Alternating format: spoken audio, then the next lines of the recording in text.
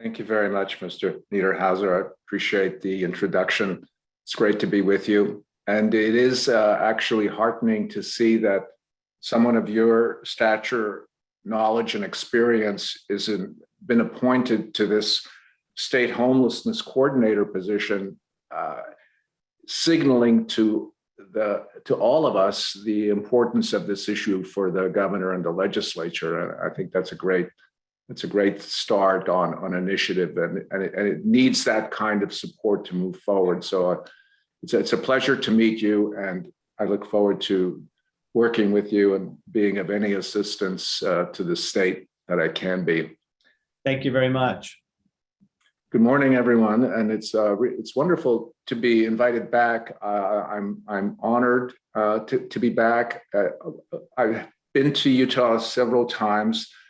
Initially, around 2005, when at the invitation of the late and great Lloyd Pendleton, at that initiative launching Housing First in Salt Lake City, and then returned several times to meet with the team at the road home and to work on that implementation. Came back 2012 to this summit, actually, when I was invited by Tamara Kohler. And it was 7 years after that launch where we were actually celebrating at that summit a 90% reduction in chronic homelessness in Salt Lake City, which was really an incredible accomplishment. And it really speaks to the experience of the state through the years of what's happened, addressing homelessness, bringing it down to almost zero. Now we're back to numbers that were there before all of this started. And so my presentation, I'm going to bring up my slides here, is really about post this thing. I think I need to have the share screen function turned over so I can show my slides, if that's possible. It says that the host has disabled participant screen sharing.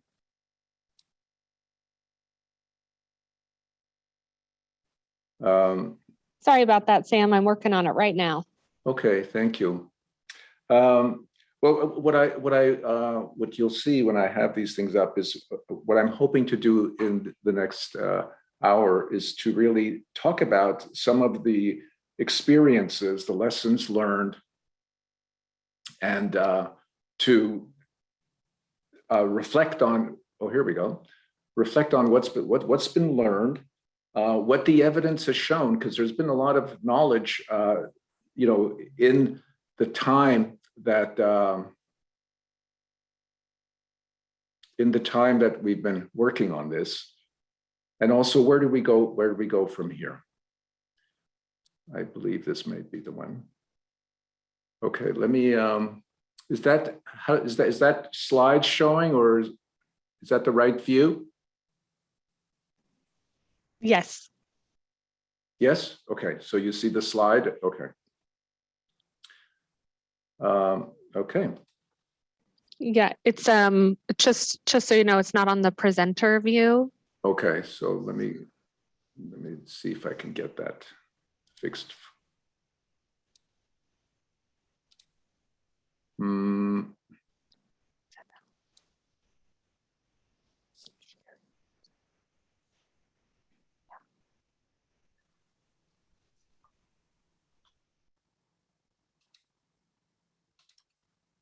Is that any better?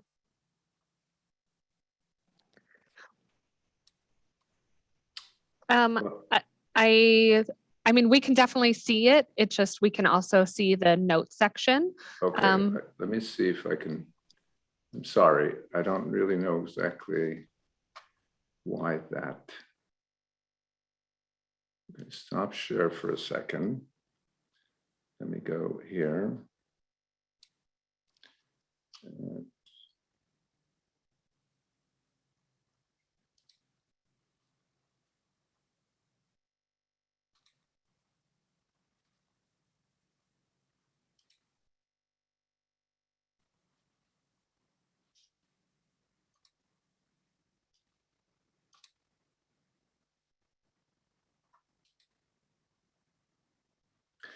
Okay, I mean, when I hit the panel to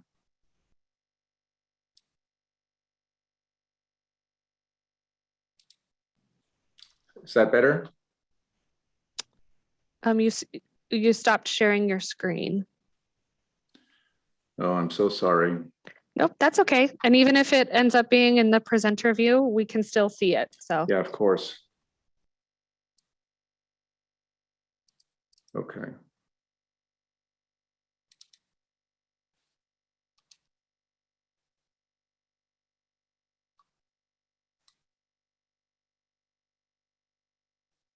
Are you seeing it now? I am not. Mm-hmm. Sam, down at the bottom, just click that share screen that you see in the Yes. Zoom. And then I think that it was okay the way that you had it if you can't change it. Right. But, There we go. Perfect. oh, okay. Now you're seeing the slides? Oh, no, now we're seeing your Zoom screen. So just click on your presentation. Okay.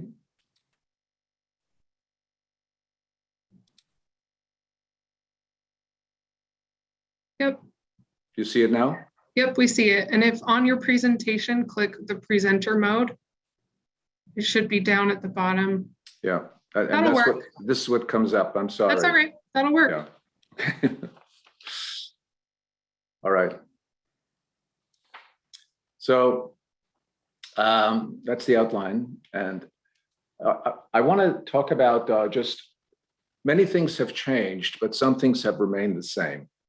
So three things that have remained the same is that we have not made any progress in changing the public's view of homelessness. Through all these years, the solitary figure that we see on the street is still our image for the public. In the public mind, this represents homelessness 90% of the time. Whereas we know that, in fact, homelessness is much more complicated than that. Families, victims of domestic violence, young people aging out of care, as was mentioned. But we don't see that population as often. And so we continue to have a public perception and then a public policy that is all focused on addressing chronic homelessness. While this is a very important group and probably the most vulnerable group to address, it's important to bear in mind that a comprehensive plan that coordinates all homeless services has got to be greater than just including people who are chronically homeless. The reason people who are chronically homeless come to our attention the most is that they are also the most expensive and the least well served. Most people are going in and out of jail or hospital or inpatient services. And this 15% of the homeless population is accounting for as much as 50% of services for the homeless. The other thing that we do and continue to do in homeless services is that we are still using a methodology which is the point in time count, the one night, usually the third Thursday in January, to count people who are homeless. So it's almost a purposeful undercount, and we know there are many more homeless people than just those that show up on that cold winter night. And we usually measure it from like 10 at night to 7 in the morning. So the problem with that is not only do we not have an accurate number for the people who are homeless, we also are reporting a number that is low, and services and funding allocated to homelessness then is inadequate to resource the actual number of people who are homeless. So we have an issue with the count on many levels in terms of allocating resources. But the count is informative in some ways. I mean, in the last count in 2020, we had some 580,466 people counted. That was the 2020 census. About 70% were individual, 30% were families. nationally, 40% of those experiencing homelessness were African American, 40%, while African Americans only make up 13% of the population. And one of the more troubling findings is that the average age given for when a person enters a family homeless shelter is infancy, which means that there's far too many children being born in family shelters and begin their first few years of life in that. So we have a problem with the methodology on the resource side, and also on the representation of how we address homelessness in general. We are also inconsistent, and in some ways we're very divided in the approach, in a community's approach to homelessness. It ranges between an enforcement policy to a compassionate social service policy. And you see that on both sides in a community, sometimes appearing simultaneously. You have stepped up enforcement, and people who are homeless are receiving violations or citations for crimes essentially related to homelessness, public intoxication, trespassing often, using public transportation without paying, stealing food, and so on. And then that results in police time, court arrests, and all of that for the person simply to return to homelessness again.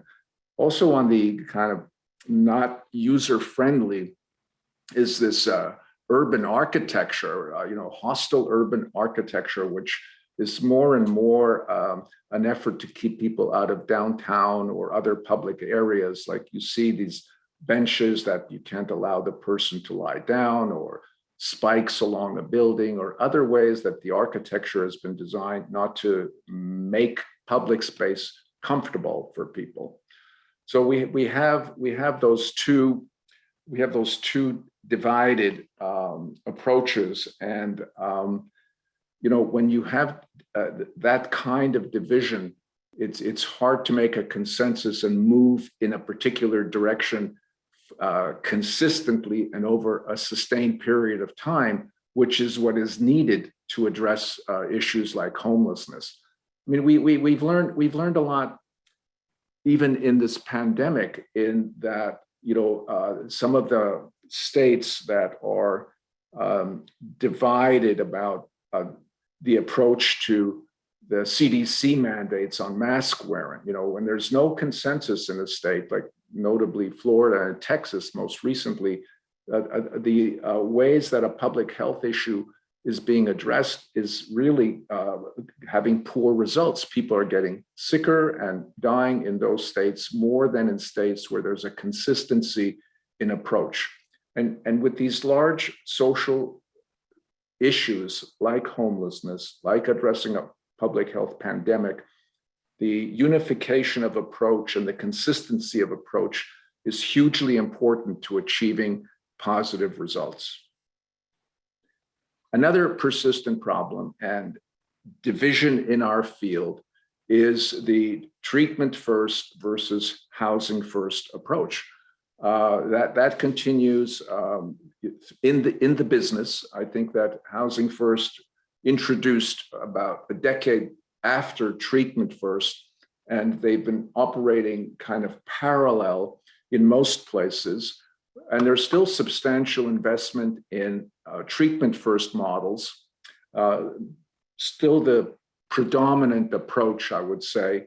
And there's increasing presence of housing first, but not as much as we need, and not at the scale that we need it. One of the things I hope to make the case for today is that the lessons that we learned from the last implementation of Housing First statewide in Utah would be useful to inform the current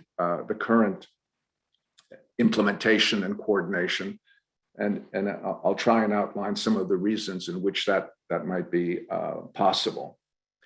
So I think you're all familiar with this approach. It does it does assume certain things about people who are homeless. It assumes that the homelessness was caused by their own actions or choices, that they're not motivated, and they need structure, rules, and curfews. And housing in this model is offered as an incentive to get sober or to go to treatment, and then you'll get housing, or as a reward for participation in treatment.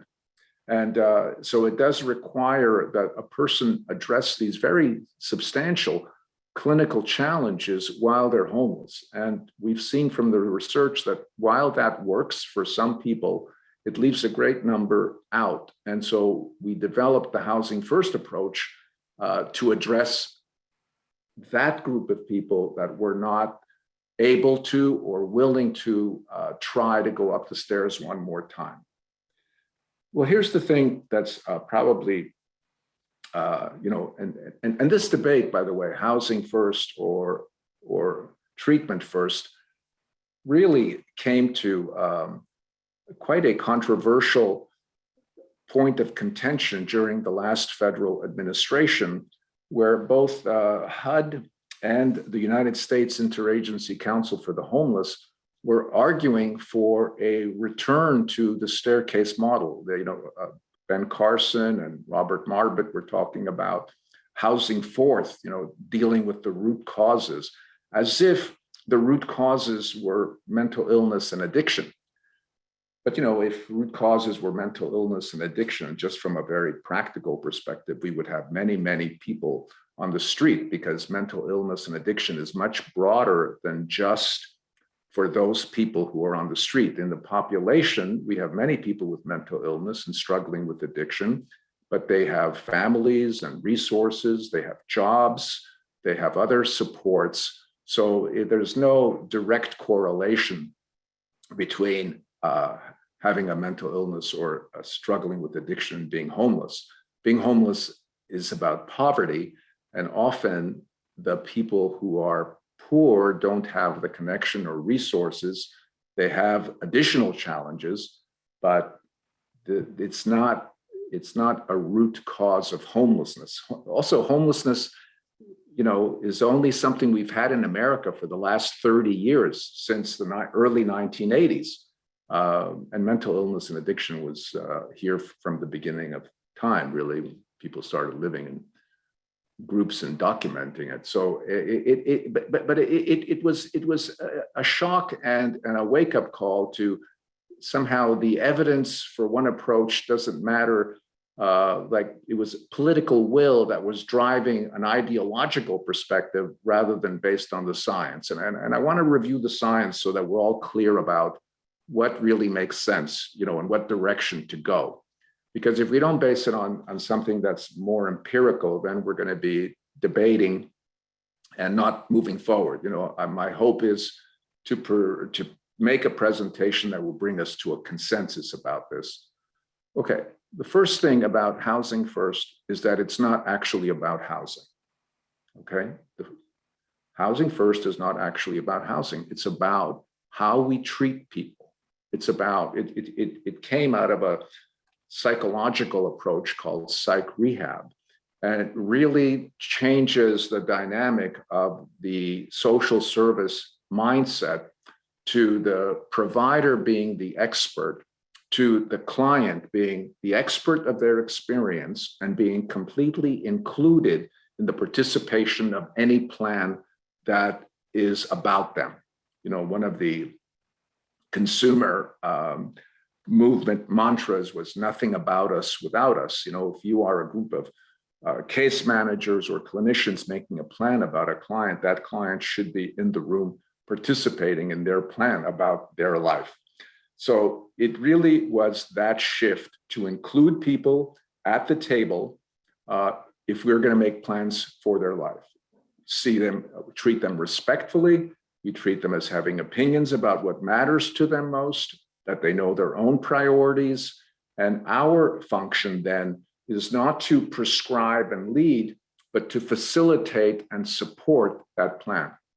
This way of working is fundamental to building what we all value, self-determination, the mastery and a kind of an independence from needing services indefinitely. The program starts with not with housing, but it starts with asking the person what it is that they want, so that it's their design that is being followed. And underneath that is also the message of you're in charge, you can do this, and we're going to support you. So you're building autonomy and independent thinking and decision making right from the start. So that's the reason that we're so the Housing First emphasizes consumer choice and consumer voice so much. The program does not look to fix people. It looks to help people reach their goal.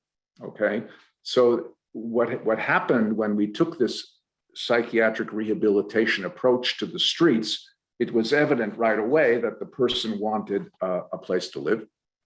That's what their priority was, and we figured out ways to make that happen as quickly as possible. A rent subsidy, a Section 8 voucher, or shelter plus care. We have any number of ways of paying people's rents in the community, and then robust support services. Without the services, as Mr. Niederhauser pointed out in his comments, without the services, we will not succeed. People that we're housing have health, mental health, and addiction issues. And if we put them in housing and don't have the robust supports to follow along and help them keep that housing and move on with their lives, we're going to have people going in and falling out very quickly. But we don't require sobriety or treatment participation as a condition of housing. That actually happens after people are housed, and it happens more easily, and people can be engaged more effectively when they are when they're housed and they have a place to live, and security is not an issue for them.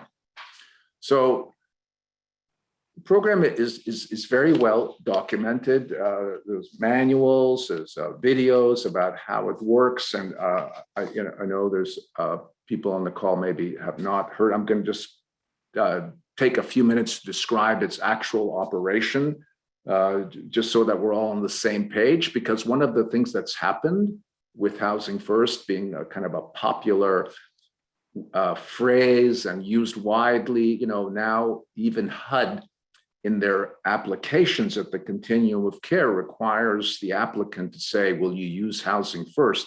And if you check the box saying yes, you'll get an extra couple of points on your review score.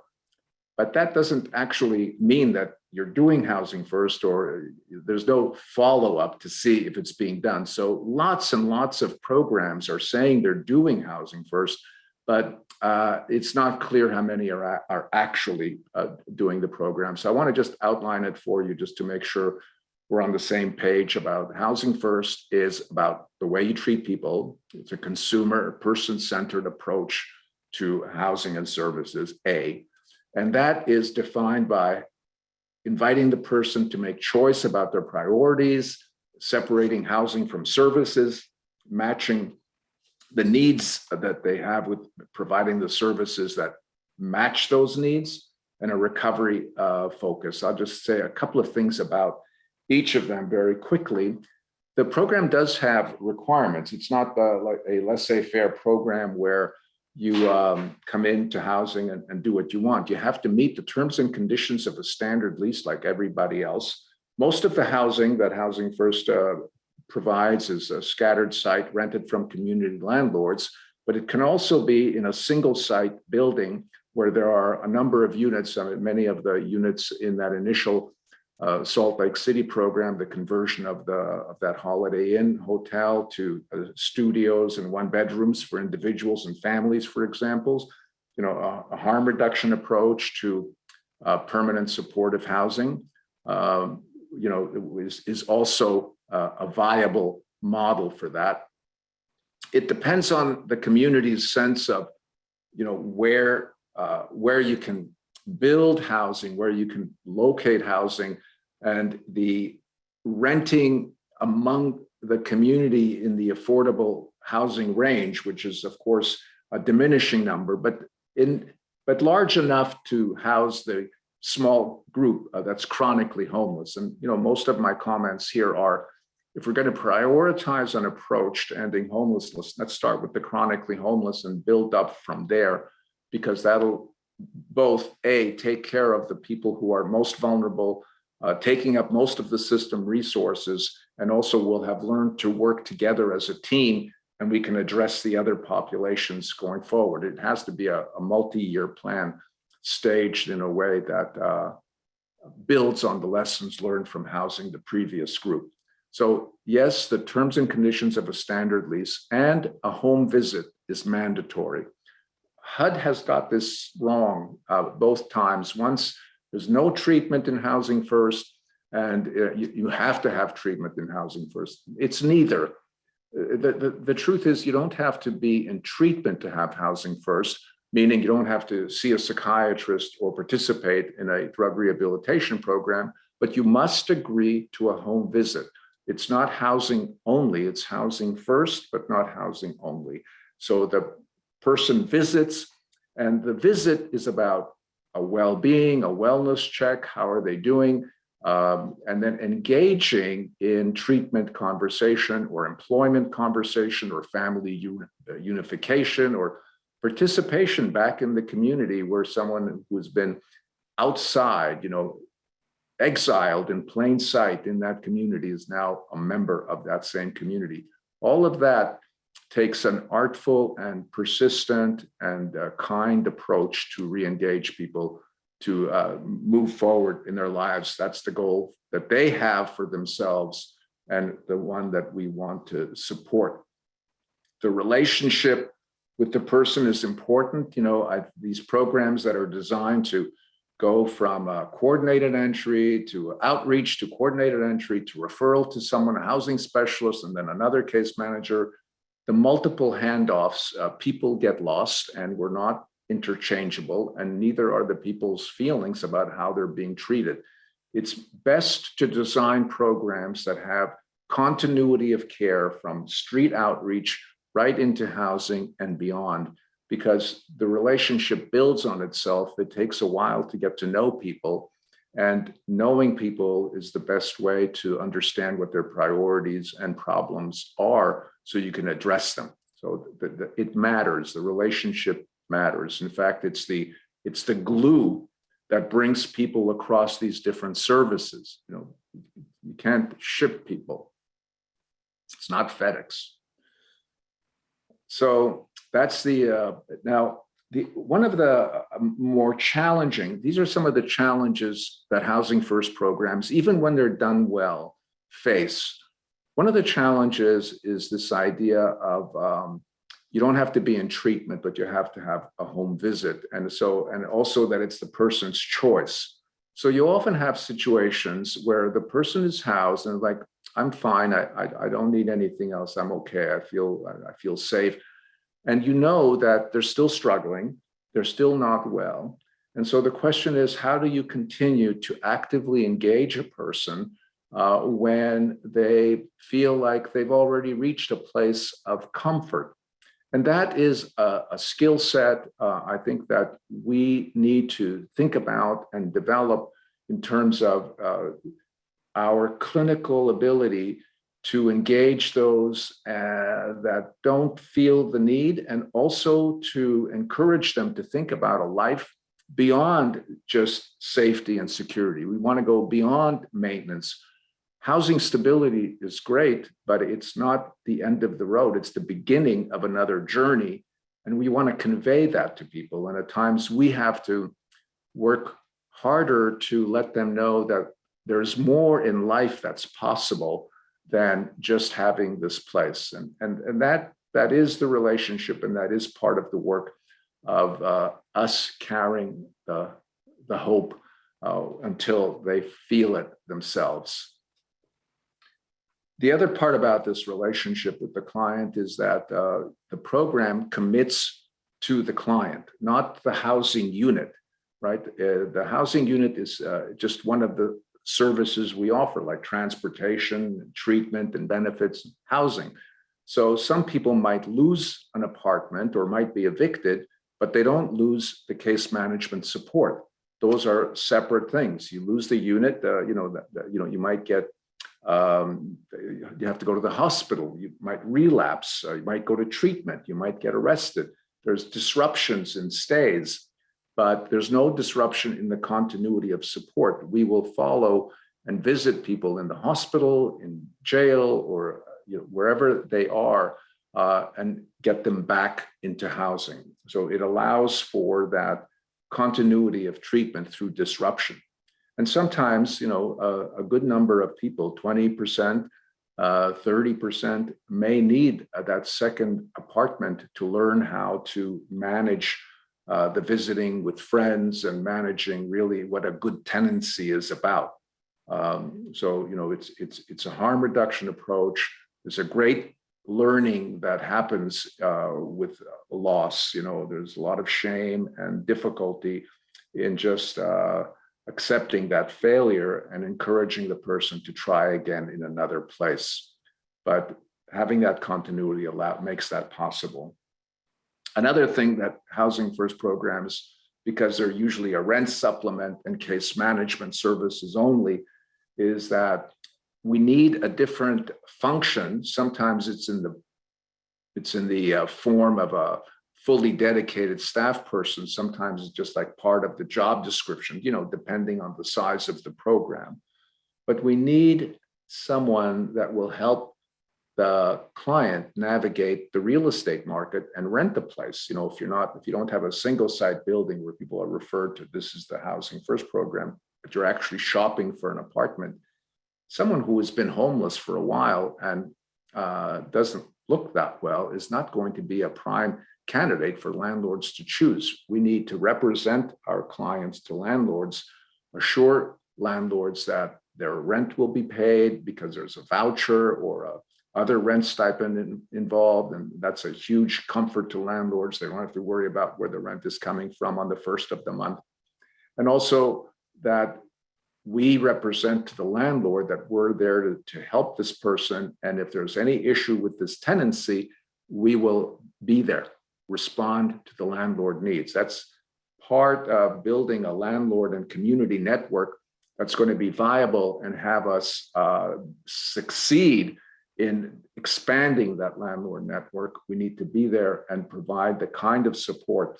And I would go further and say that we should think about, in a budgetary perspective, putting money aside for apartment repairs, furnishing the apartments, of course. Putting someone in four walls makes no sense. Furnishing the apartment, relocation costs, and also any other costs that would indemnify the landlord from any damages that are caused by tenants that we have brought in. It's not a lot of money, but it's a very important component of the budget to have this in place, because without community landlords participating, we're not going to be able to build enough, permanent supportive housing anytime quickly to house the group that's chronically homeless. We need the landlord engagement, and we need to pay attention to that function. Matching services to needs is another part of this, which is that we have people who come in with all kinds of issues that they need to address, and sometimes we only have a case manager.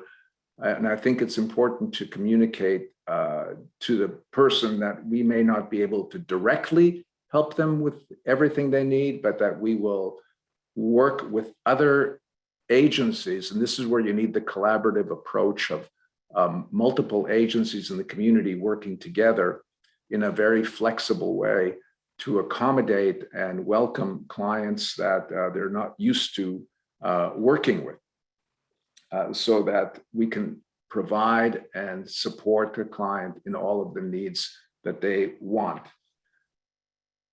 The other thing about case management is that it's usually focused on treatment and addiction and benefits and the rest of it. Whereas, that's very important, but it's not really a life, you know? And one of the more interesting developments recently in the last few years, there's been a movement to help people who are particularly in the medical field, physicians and nurses, to expand their view of what holistic health is about. And this actually started in England, but it's been brought into Canada, and there's some small experiments here now in the States. And the idea is to encourage the practitioner to have a holistic view.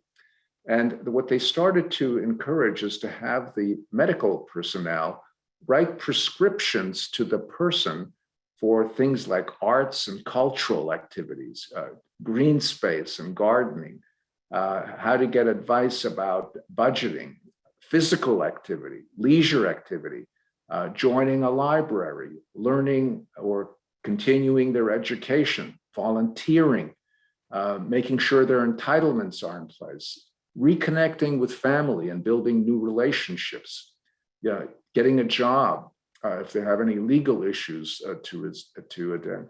Essentially, all of the kinds of things that make for a meaningful day where the person wakes up and feels like they have something to look forward to and people they want to see. That's what we're talking about. So move it beyond the lens of what is treatment to what is a quality of life, and think about it in those broad terms. It takes training and it takes focus to get there. I think that the core competencies of any good Housing First support team should include training in these other evidence-based practices. I think person-centered care, harm reduction, and trauma-informed care particularly are very, very useful to have as a kind of a tools in your toolbox in terms of how to work in that modality. It's not intuitive. It does take practice, it takes supervision, and it takes time to learn, but you'll have much better outcomes in engaging people. There is a trickle away. People, it's interesting because we've been watching this Housing First program now over decades. And what you see is that people get better so that they don't need as many home visits, or they may not need home visits or support services as much, but they get better quicker than they get richer, so that they will still need the rent subsidy, like we had public housing or a Section 8 voucher. People, even now, who are working full time and need a rent subsidy because the rents are out of reach for the minimum wage jobs, and they're completely out of reach for people who are on benefits or have a disability. Remember, some of the people we're working with here in the Housing First programs have diagnoses like schizophrenia or psychotic disorders, where just 50 years ago, they would have been in an institution for their entire lives. This is the group, some of the people in Housing First would have spent their entire lives in a state hospital. And we are really at the cutting edge of an experiment about learning so much about mental illness and what people's capabilities are. We have people now in apartments with support services living meaningful lives that was maybe unimaginable 50 years ago. So we're learning a lot. We don't know everything yet, but we are on. I think it's best thought of as a learning in progress, where we should pay attention to what we learn from each other, from other communities, to kind of make this the most effective and best way for people to be included in our community in a way that changes the feel and the inclusiveness of each community. I mean, it's fundamentally about that. What is the place of people who are poorer than us or have different challenges in our community? Do they belong with us, or are we going to segregate them out into some other place? And that's where those people live. I think that's one of those core values, and it speaks to where we are and who we want to be as a community. That your program design is going to reflect the values and attitudes of your community. And of course, these housing first programs are not don't work in a vacuum. You know, you have an organization that's running a housing first program. And so it's important that the agency culture and the housing first culture of the team are all consistent. You know, this is about welcoming people with what we've learned to call complex needs. I'm not sure why we call them complex needs. People who have multiple health and mental health problems have these needs. I think they're called complex because most of our services are highly specialized. And so you have situations where someone has a health and a mental health problem and an addiction problem showing up at the door. And if that door happens to be a mental health clinic, they'll say, well, you know, I can see that addiction is your problem. You need to go to get drug treatment. You know, this is not the place for you. Or they go into a health clinic and they're agitated and they can't wait, you know, in the waiting room comfortably. And it's like, well, you belong in mental health, even though their primary illness is physical. So we don't have a well set up system where it's welcoming, but in these programs, what you want is a welcoming culture, this attitude of there's no wrong door. When the person walks into the program, they report all of the different problems that they say, and you say, yes, you are in the right place. We are here to help you. And, you know, and that's not just the case manager. That happens from the receptionist to the, you know, other folks, finance, accounting. The whole organization embraces the values of a welcoming, no wrong door approach, flexibly adapting services to the client. So you see, what I'm talking about is not simple. You know, I mean, maybe you can do all of these things in a small housing first program, but, you know, and this is the thing about these programs, they're kind of a thorn in the side of business as usual. You know, now you're asking the housing authority to be flexible, and you're asking social security to be flexible, and you're asking clinics to be flexible and accommodating and help people that can't quite fit into the cookie cutter approach that all of these places were designed to serve. So that's the question as a community. Are we going to change our ways to make room for people that need a slightly different approach to working? The evidence, you know, and it's important because, and I'm going to spend just a couple of minutes going over the evidence because this is not about opinions. You know, I think that what was frightening in the last administration, where people were espousing all kinds of things, you know, famously, both Carson and Marbut were talking about housing fourth, you know, like treatment, sobriety first, and then housing. It's like, how is that even like allowed, that a public official can disregard 20 years of research about how, you know, treatment and sobriety and then housing? This is a study that was done almost 20 years ago, but it's been a study that's been repeated in country after country. And this study shows the outcomes of housing first versus treatment first. That purple line that you see is the treatment first, then housing approach. And the blue line is the housing first, then treatment and support. Now, this is approximately 80% housing stability compared to about 40% housing stability. This is not an insignificant or small effect that you need a statistical, you know, highly sensitive statistical test to detect. This is a magnitude of change that is rarely seen in studies. So we already know what happens when you do housing fourth. When you do housing fourth, most people don't get housed because it's very, very difficult to treat addiction and mental illness when you're homeless. Whereas housing first, people are off the street, they're safe, and they're working on their addiction and treatment. Of course, the cure for mental illness and addiction is long-term treatment, and that takes a while. The cure for homelessness is housing. And that's instant. So you see what happens is people get housed and stay housed when they have the right supports.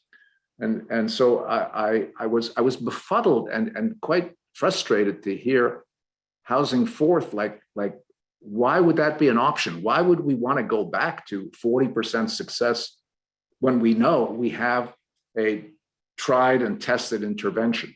This was one study, I grant you, was repeated many times from 2009 to 2014.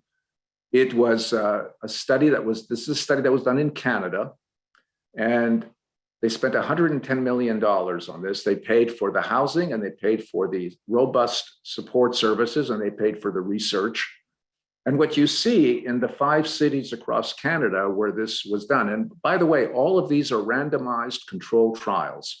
That means that people were matched. Everyone was homeless for about the same time. They have same mental health problems, same level of addiction. And then they're just randomly assigned to either treatment and housing or housing then treatment. So it's the same group getting different programs. It's not different people. And what you find across Canada, Vancouver, Winnipeg, Toronto, Montreal, and Moncton, is the same thing we found in New York and in DC when we did the studies.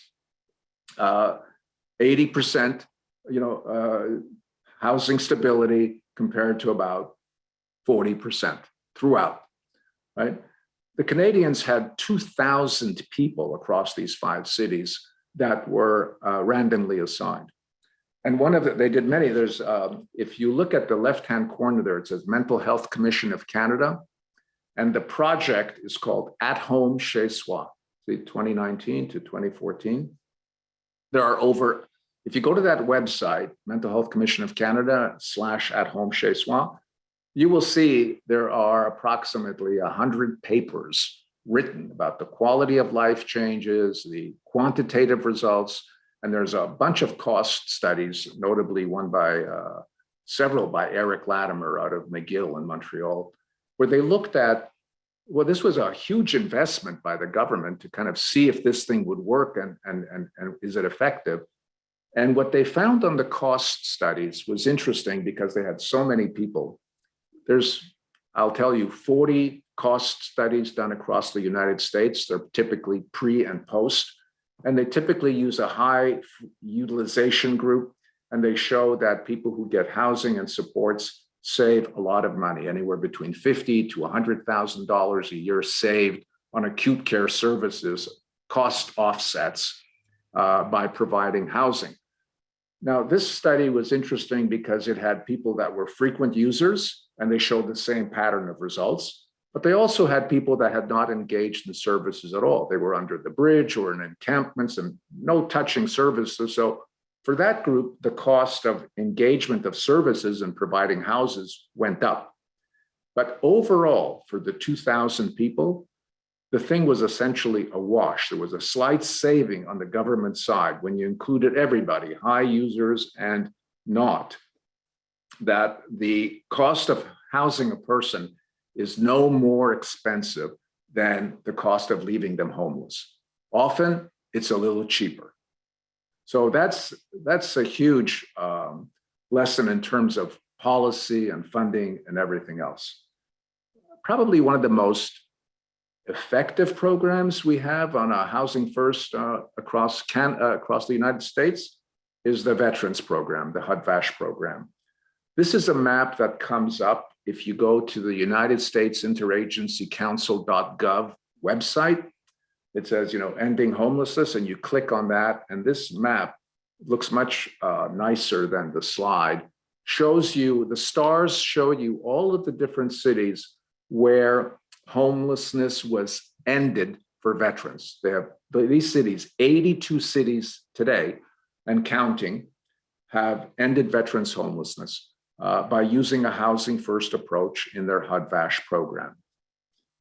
Something is happening somewhere around the Mississippi River or the Continental Divide. I don't know my geography well enough, but most of these places are in the east, it looks like, and there hasn't been enough of a dissemination in the West, and we're working on that because there's something amiss there.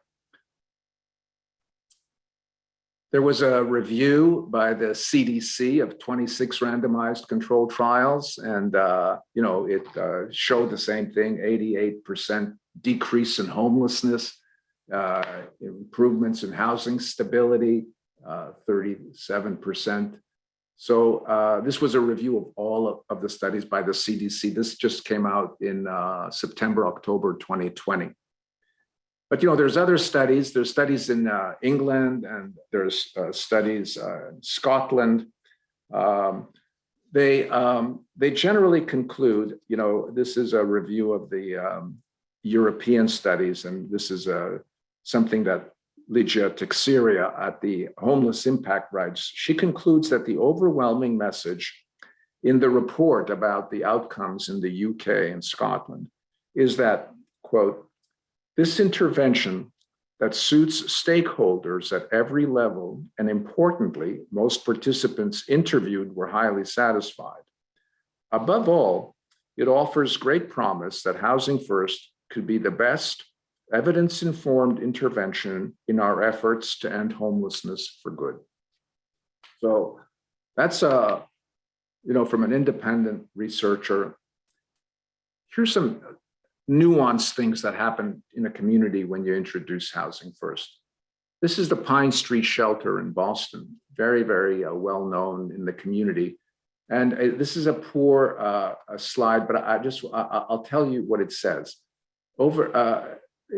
It shows you that most people, about 87%, stay in a shelter for 5 weeks or less. And that's true for the homeless population in general. People come into homelessness and then they leave homelessness. They figure out a way, they get a job, a family member helps them out, they bounce back. And so that 500,000 people we're talking about are not the same 500,000 people year after year. It's a constantly changing population. But the group that stays, 13% here in this shelter, they're using up 82% of the bed nights. 13% of the people in this shelter are using 82% of the bed nights. Okay, whereas the other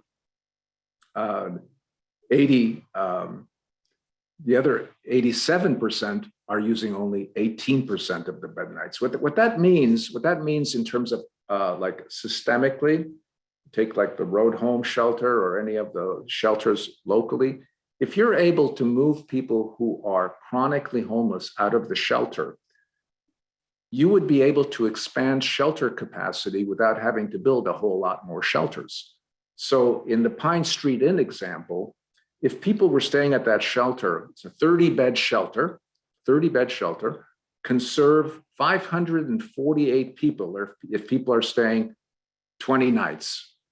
But if people are staying because there's nowhere to go and they're stuck in that shelter and people are staying 6 months, well, the shelter only turns over twice a year. So every 6 months, a new group of people, same 30-bed shelter is only serving 60 people a year. So you see how shelter capacity is directly related to length of stay. And you can have a much more effective shelter system if you have immediate access to housing vouchers that'll get people out into the community and in rentals, especially for the group that's chronic. What happened at the Pine Street Inn is this light green bar shows you that the number of shelter beds over the course of 10 years is actually decreasing. And the dark bar shows that the investment in building or renting permanent housing increases over time. So when you think about community planning, these are very important lessons learned about what happens. So root causes and what causes homelessness is all about the lack of affordable housing. This thing, it's not about mental health and addiction. It's about the fact that we started having homelessness in the country in 1980 when HUD essentially slashed the budget for the building of public housing. recently, maybe some of you have seen the CSH celebration of their 30-year anniversary, and they're celebrating the fact that they have they've been involved in the development of some 350,000 permanent supportive housing units over those 30 years. 350,000 strangely rings a bell because that's 30 years of effort to build 350,000 units, 30 years. And 350, as this graph shows, is approximately the number of public housing units we used to build in this country each year. Each year, 350,000. So is there a housing shortage in America? Absolutely. Simultaneously, not only is there no increase in the pool of public housing, we're not even talking about building public housing anymore. We're just talking about vouchers. But simultaneously, the rents have gone up. The real estate industry has been incredibly successful, and one of the second highest traded industries across the globe. So everyone's done very well in real estate, but it's left out, because it's all for-profit commodification real estate. It's not affordable. It's not public, and so it's left out people on, fixed income priced out of the market, minimum wage priced out of the market. So we have to address this issue at some point. Right now, focusing on chronic, we can accommodate, but if we're going to really think about ending homelessness, we're going to have to address this issue of how do we bring back sufficient affordable housing. And I have two examples of where, I know I'm close to the wire here. I have two examples from other countries that maybe help illustrate this, because there are countries, and this is sort of, to me, the amazing thing about this journey and having watched it over time. There are countries that have ended homelessness, notably Finland.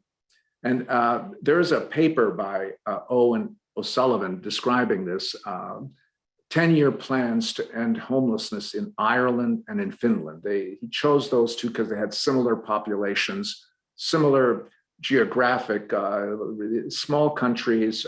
Helsinki is the big city in Finland, and Dublin is the big city in Ireland. They had similar homeless populations in 2008. And then he followed what happened for 10 years after they both committed to ending homelessness by using housing first. 2008, as you remember, the market crashed, and the number of people showing up on the streets in Dublin, as everywhere else, just increased dramatically, as we are currently facing, by the way, with the tsunami of evictions that's going to happen once the rent moratoriums are suspended after, because of the COVID. It's another story. But in Ireland, they panicked, and the government started to build more and more shelter beds to get people off the street. There was a lot of public pressure, and this is why public opinion and public policy, public opinion affects all of this. The Irish decided they're going to build more shelters because they couldn't bear to have people out on the street, and they went from 600 shelter beds to 2,245 in the 10-year period. They ramped up their shelter system. The Finns stuck to their guns and began to close shelters. They converted the existing shelters into studios, and this group called the Y Foundation, which was a combination of business, government, and the faith community, which actually is a great tripartite partnership for the state of Utah, because that's what happened when we ended homelessness in Utah the first time, when you ended homelessness in Utah for the first time. Faith community, government, and business, magical combination. And the Finns began to build, buy, acquire all possible types of housing in the country, mostly in Helsinki. And so in 10 years, they acquired some 12,000 units under the control of a nonprofit Y Foundation, the letter Y Foundation. And all of this is written up in English if you look up Y Foundation. You might find it interesting. So what happened to homelessness then with these two strategies? One, shelter, and the other, let's get as much housing as possible. Well, in Ireland, the homeless count in 2008 went from 1,200 to 5,500. The more shelters, the more homeless. And in Finland, the homeless count went from 3,200 in 2008 to 1,087 in 2016. But today, the number of shelter beds in Helsinki is 52. 52.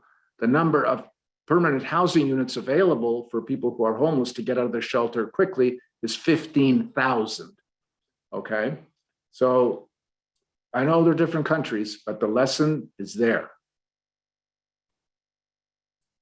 Locally, Milwaukee County, Bergen County, and Montgomery County have ended chronic homelessness. They ended veterans homelessness, and then they ended chronic homelessness.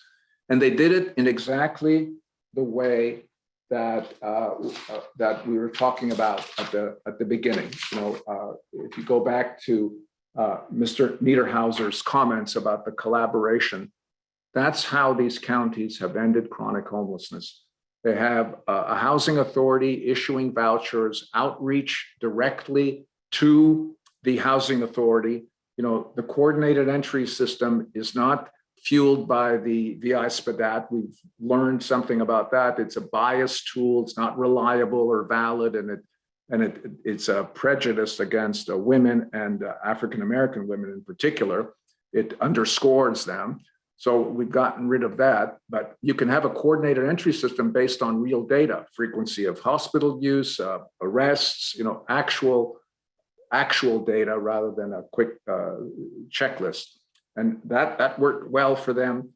They have everyone around the table, including, by the way, the district attorney, who also does outreach and adjudicates all of these tickets and violations for homeless people, so it wouldn't keep them from being eligible for the voucher. They have people looking for housing, and the county, the city of Milwaukee, and all of the providers are all on the same page about adopting a strategy to end homelessness led by a housing first approach. So we come full circle to what matters is the consensus of a community to think about what is it that we want to achieve and how are we going to achieve it. The program has expanded to include victims of domestic violence. Women especially are more likely to leave abusive relationships when they go to an apartment with their kids rather than go to a shelter and then change schools and all of that disruption. Youth and indigenous populations. So that's, you know, that's what we've learned. I think, I hope that this has been useful in terms of your considerations of where Utah goes from here. Community-wide approach, increased access to housing, wraparound services, timeline, measurable goals, leadership and sustained efforts. I think you have all the ingredients at the table. The question is, how will you get it together with a vision and a consensus to go forward? And I wish you all the best with that. Thank you very much.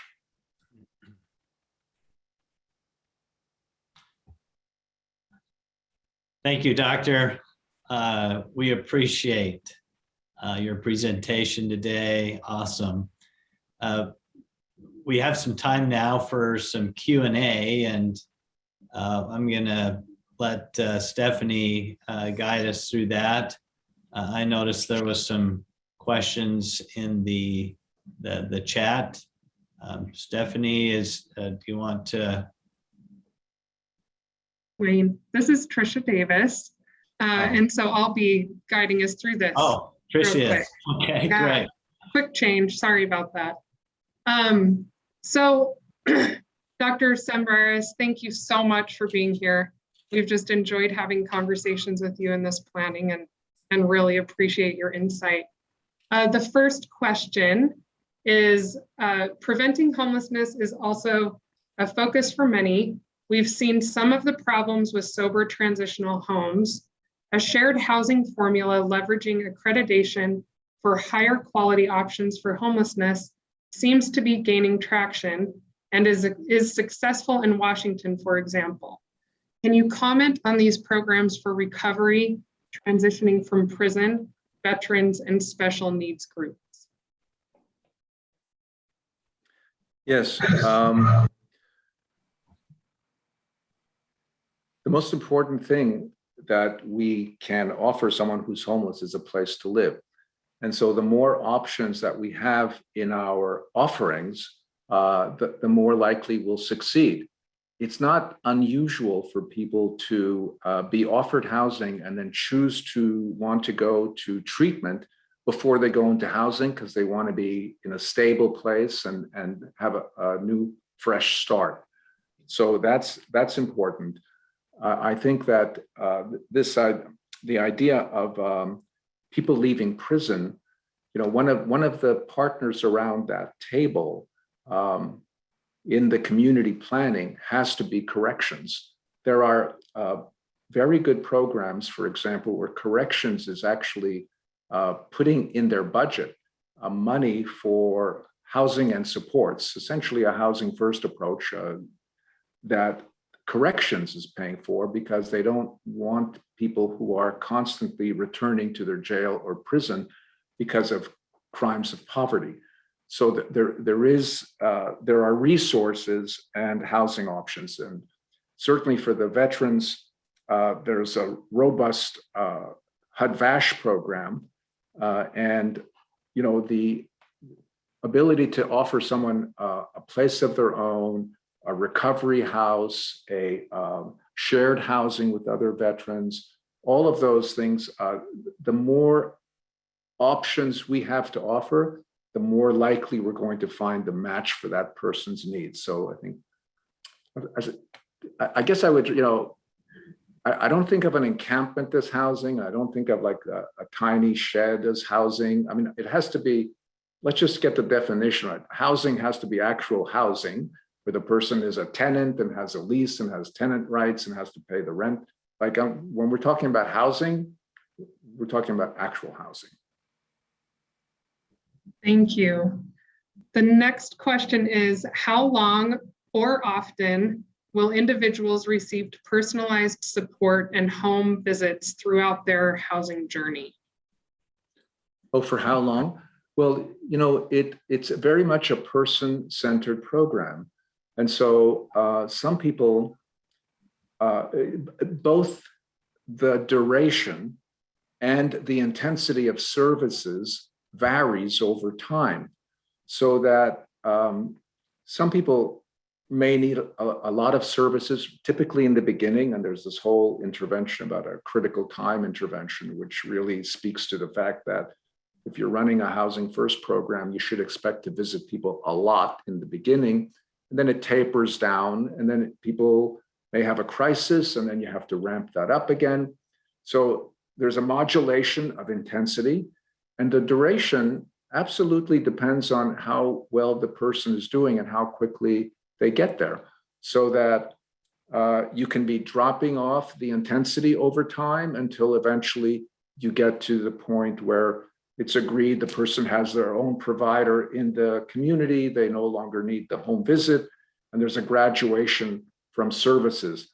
There isn't a prescribed length of time. It really, that's the thing about it. I mean, the principle is you provide services for as long as the person needs it. You're working on an arc so that the idea is you're helping people, but teaching skills so that the person doesn't need you, and you want to be basically out of that provision of services when you can. So it's more of an educational approach to liberate the person from needing the services. But it's hard to put a timeline on it because it depends on what baseline the person is starting from and how long they might need services. Some people graduate from the program because they develop other social supports, and we're essentially replaced. They don't need a case manager. They actually have a family member or a friend or a significant other, and they graduate that way. Other people reconnect with families and move back, and they become the support. Others are just are going to be with us for a very, very long time because they don't have anyone, and there is no one to replace us that way. And so I think you have to be prepared for all of that. Great, thank you. The next question is related to assessment tools. As many communities throughout the nation and states throughout the nation are looking at assessment tools right now, the question is, are there any recommended tools or guidance on a new assessment tool that might replace the VI-SPDAT? Yeah, well, that's the question around the COCs around the country. What is the new assessment tool? And I don't, there's a couple of tools that are more being used. There's something called the Multinoma. It's like a multi-domain approach to assessing people's needs. There's something that is done out of Seattle called the it's a DESC. I can't remember the acronym for it, but it's a vulnerability index. But it's not the VI-SPDAT. It's the vulnerability index developed by DESC. Here's the thing. I have to just, I'm a psychologist. I've spent a lot of time studying assessment tools and all of these things. I don't think there is an assessment tool. I think we can have maybe an initial checklist that's better than what we were using, but I think we really should depend on actual data. The Milwaukee example I gave where they've ended chronic homelessness, they were basing their prioritization in their coordinated entry on hospital data, on police data, on the knowledge of the outreach worker, of the person.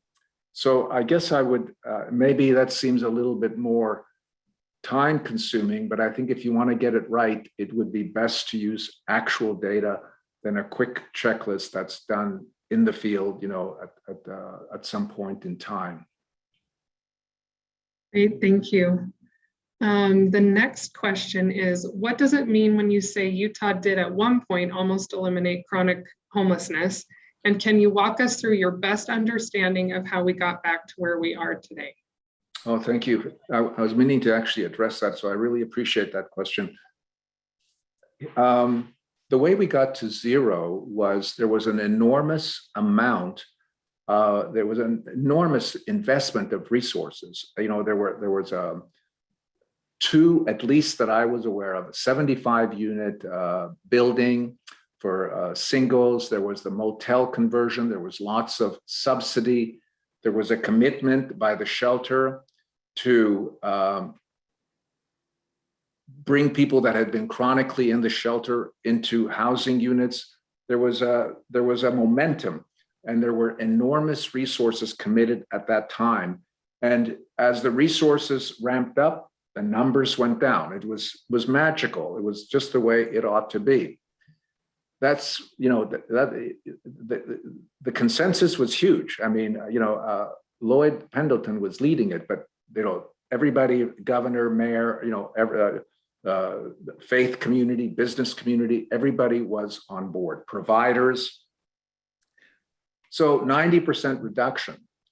And what happened? Well, this is the main point. Homelessness is not a pool. When we count people who are homeless, it's not a pool, it's a stream. If it was a pool, then we would have been at zero and stayed at zero. You take the water out of the pool and there's no more water, it's gone. You've housed all the homeless people today, there's no more homelessness, but that's not what's going on. We are at the mouth of a stream. And the stream is, there's not enough affordable housing, wages are too low, people with disabilities on fixed income, if they fall out of housing, they're going to be out of housing.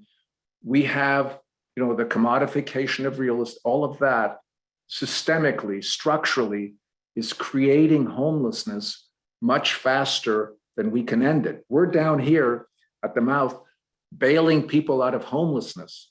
But for every person we bail out, the stream is dropping another 1.5 people in.